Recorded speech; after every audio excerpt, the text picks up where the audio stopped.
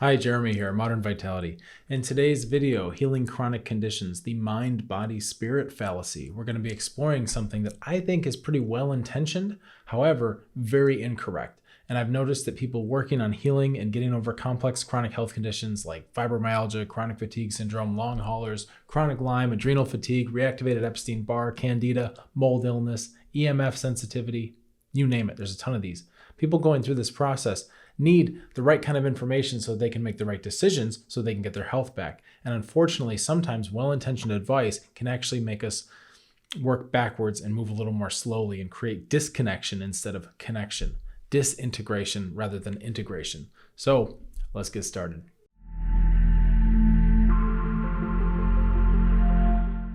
I'd like to share with you a story of a woman who reached out to me for help with a complex chronic health condition years ago. And she asked a lot of questions about the way I worked, the way I approached things, and she'd been through some of my content, but there were still some things that she wasn't clear on, which, by the way, I'm always making new videos and more stuff, so I've answered a lot of the questions. Most of the questions people have are well answered and well handled, especially on my channel here. Also within my members vault, we have our own chat group. I'm answering questions in there, and I've got a lot of videos that are very profound and comprehensive towards the questions people tend to have. But this was years ago. So she was asking me these questions and I'd answered all her questions. And then she asked me, yeah, but how do you treat the spirit? I understand about how you're doing all these things with the body and the health of the body and how to handle pathogens and all the points that I make, right? All the things I'm always talking about, how to get the immune specificity, going through a 4-stage systematic process, right? Which is kind of unique to have a plan where you go immune, digestive, neuroadrenal, blood circulation, 4 stages in order, following the graduation signs that your body gives you. It's a very systematic way to heal, right? It doesn't leave a lot to chance that way. We have it organized in a way that makes sense. It feels right, which is good. So she had an understanding of all that, right? But then she said, how do you help the spirit? How do you help heal the spirit? Okay. So we're going to come back to this question, because the question she asked me, it became a revelation for me, because what I realized was that the frame she had, the assumptions she was making, were automatically limiting her progress. So we're going to come back to this. Okay. And I get it. Where we have to really start is with conventional medicine and people being treated as just a physical machine, right?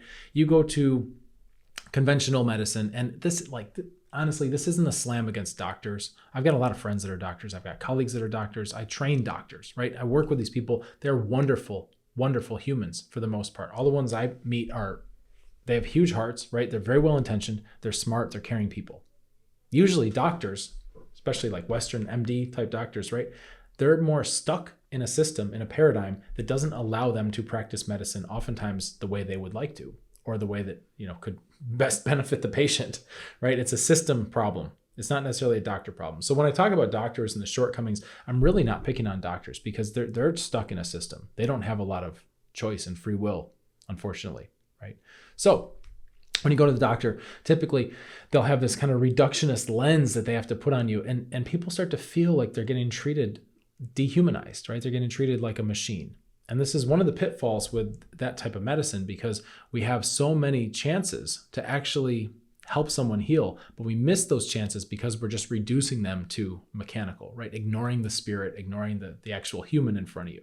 And this is the problem that most patients have, especially with complex chronic health conditions, is that they've been kind of jostled through this system, this health system, right? This medical system. And all along the way, there's been no real humanity to it, which I get. I understand. I understand being frustrated with that. I understand being disappointed with that. I'm disappointed with that too. But this is our baseline. This is where we're coming from.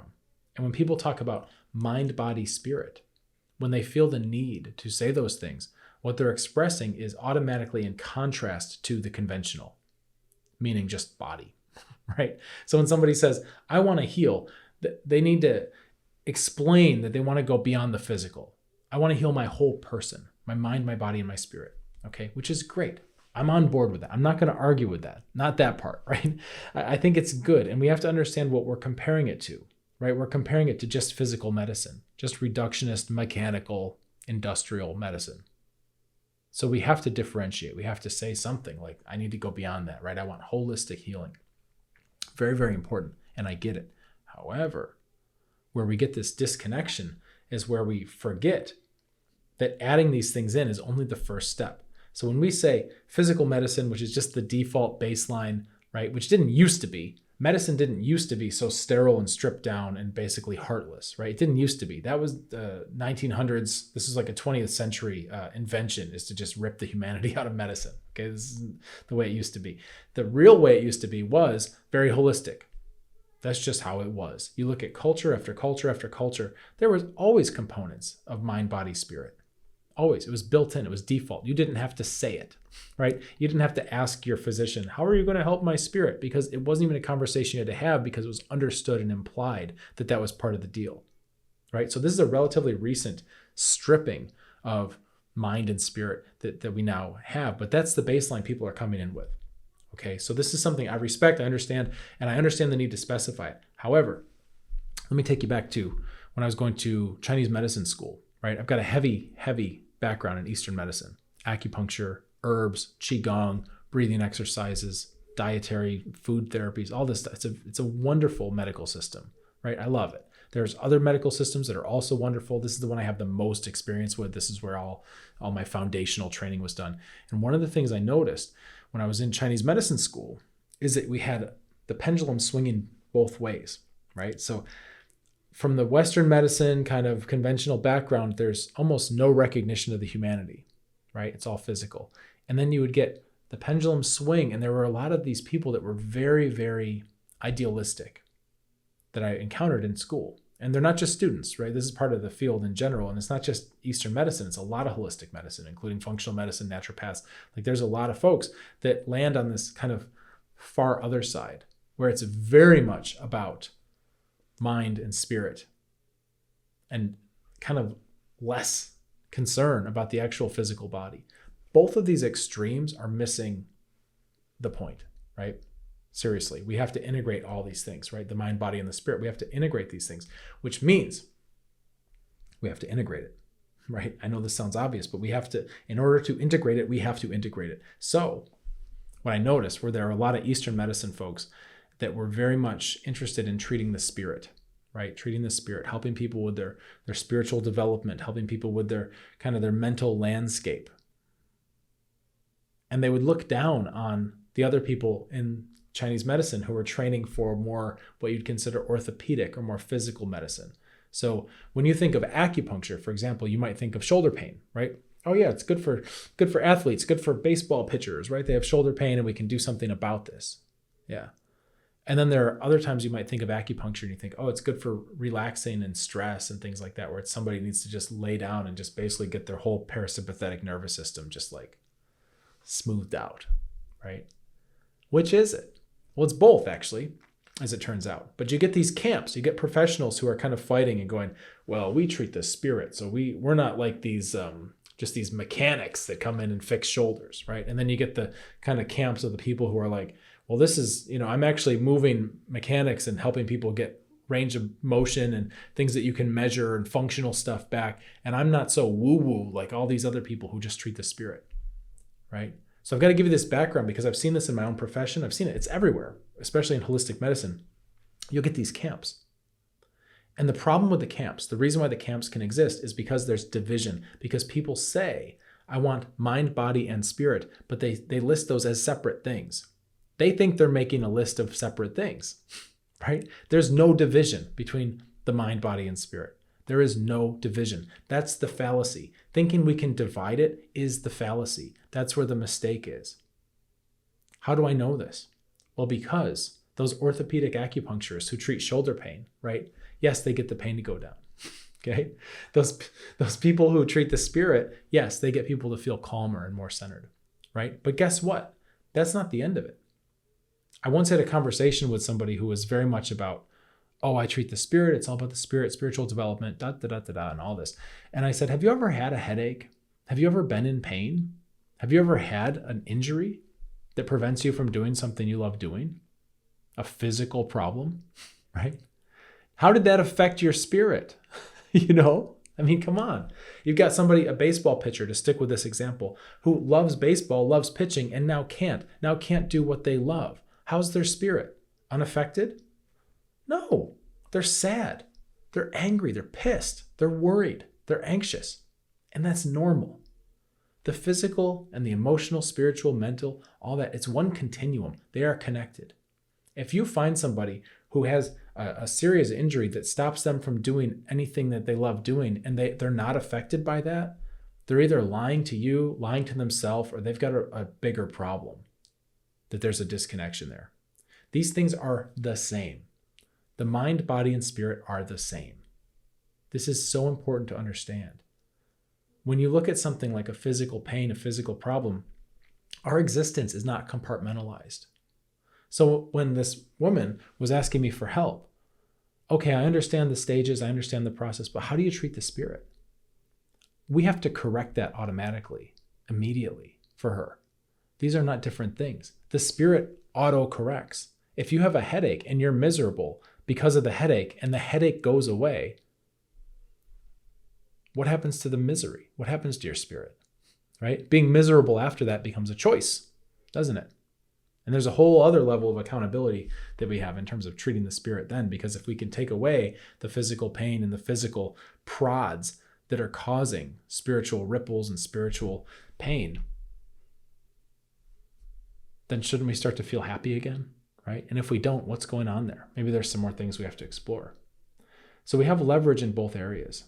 This is one of my little issues I take with a lot of the power of positive thinking type of message. Because when people are sick, when you have a complex chronic inflammatory condition that's starting to take over your life and you don't feel good, right? A lot of times morale starts to go down. That's normal. That happens. That happens. And when other people come in and these influencers or whoever with their little chirpy voices and they say, oh, you got to just think positive. You got to think yourself. Yes, there's some truth to that, right? There is the power of positive thought. Of course.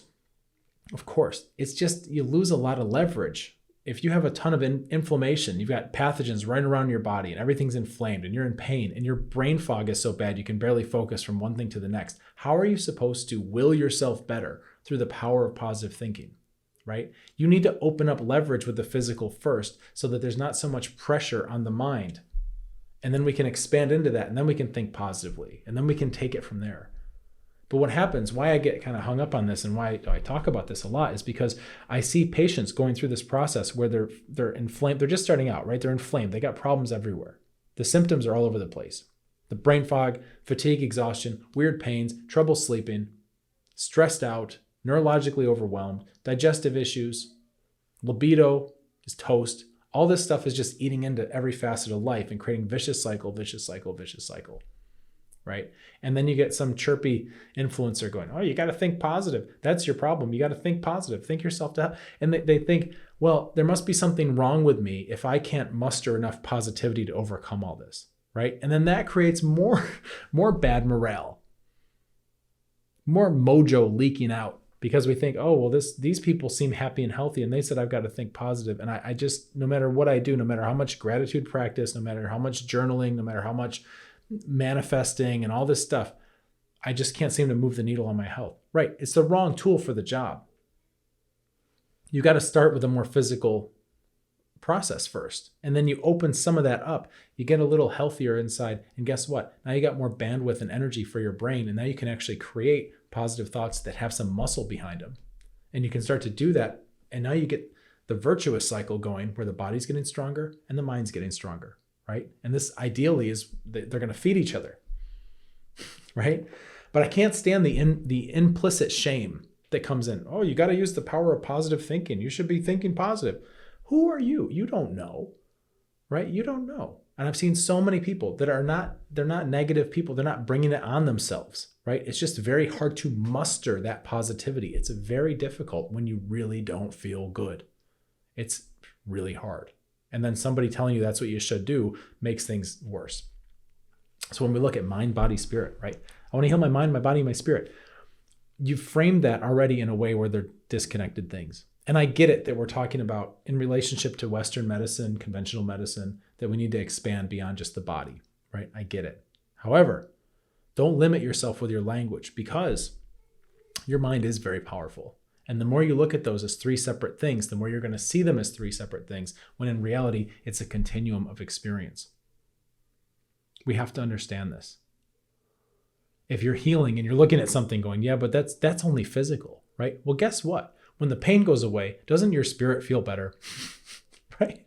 I mean, they are connected. We don't need to make this esoteric and difficult.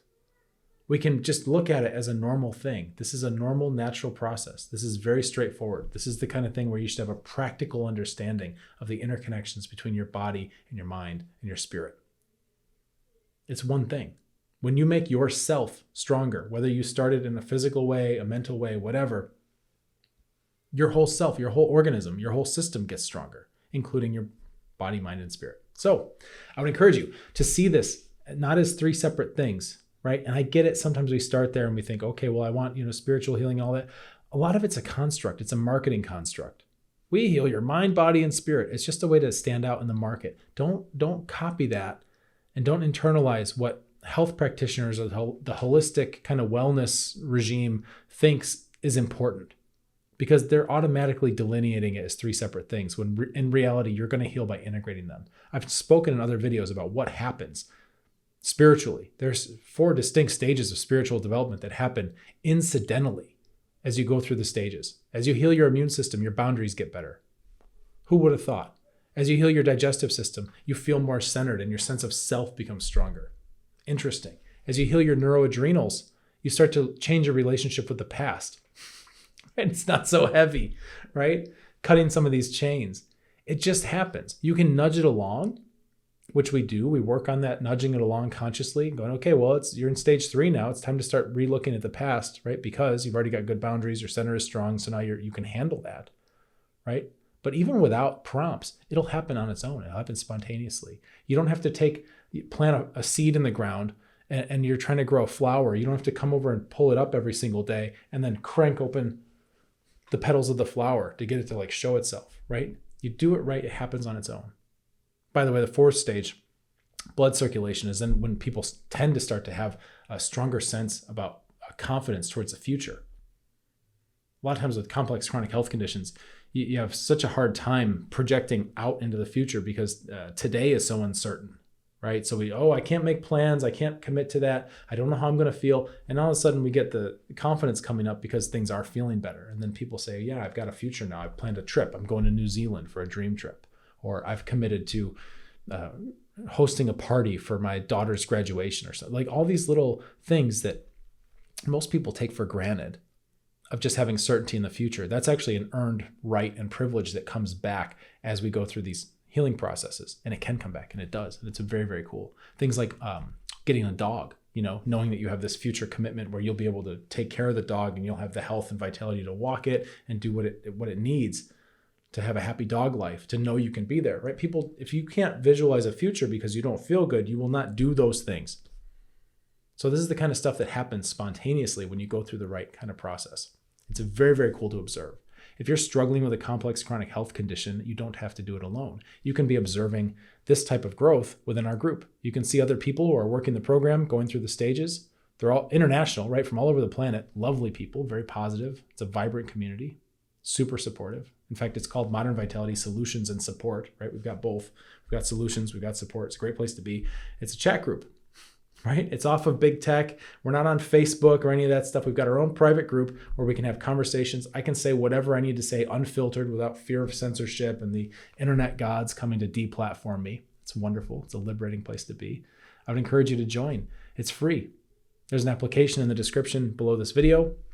I keep a link there. And once I see your application, if you look like a good fit for the group, I'll get you in as soon as I can. We keep the group small. There can be a bit of a wait. You might be in on the next monthly cohort, maybe 2 months. I don't know. It depends how many people are in, but I keep it cozy so that I know who I'm talking to. And when you're in there and you've joined and you're asking me questions and I can answer you specifically because I know who you are, because it's a relatively small group, you can ask me anything you want. I've got a vault full of interactive videos that'll help you really put together the pieces on your health and figure out what your next steps are. There's nothing like this. So it's free. I would encourage you to join. And in the meantime, you might consider subscribing to this channel, liking this video. It's good for your mind, body, and your spirit. Oh, wait, that's just one thing. It's good for you, right? You, the human, having a human experience, right? It's a holistic thing. We don't have to separate all this stuff. All right, I hope this helps you. Let's get you feeling better. Cheers.